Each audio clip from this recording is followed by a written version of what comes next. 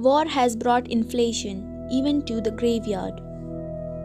I feel like I'm always the one tearing everything up and forever sewing it back together. If you cannot bear these stories, then the society is unbearable. Who I am to remove the clothes of this society, which itself is naked.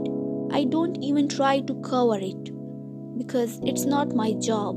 That's the job of dressmakers. Hindustan had become free. Pakistan had become independent soon after its inception. But man was still slave in both these countries. Slave of prejudice, slave of religious fanaticism, slave of barbarity and inhumanity.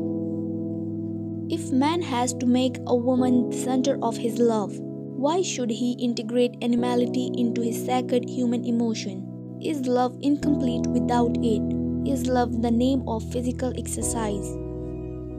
To tell you the truth, the world seemed full of sad people who slept on the uncovered stoops of shops, as well as those who lived in high-rise mansions. The man who walks about on foot worries that he doesn't have decent shoes to wear. The man who rides the automobile frets that he doesn't have the latest model car. Every man's complaint is valid in its own way. Every man's wish is legitimate in its own right. He catches the thieves that lie in the hearts of their pure and respectable wives, and he compares them to the purity in the heart of a whore in a brothel.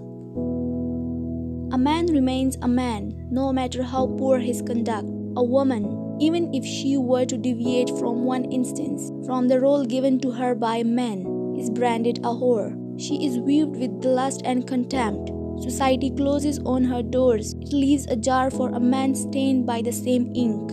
If both are equal, why are our bobs reserved for the woman?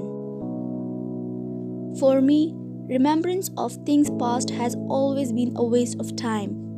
And what's the point of tears? I don't know. I have always been focused on today. Yesterday and tomorrow hold no interest for me. What had to happen did, and what will happen will.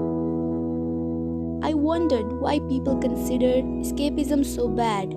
Even the escapism on display right then. At first it might appear unseemly, but in the end its lack of pretension gives it its own sort of beauty. Literature and film, in my opinion, are like saloons, where bottles have no labels. I want to taste each one myself and figure out which is what. If I am denied this by labeling, then my entertainment is considerably lessened.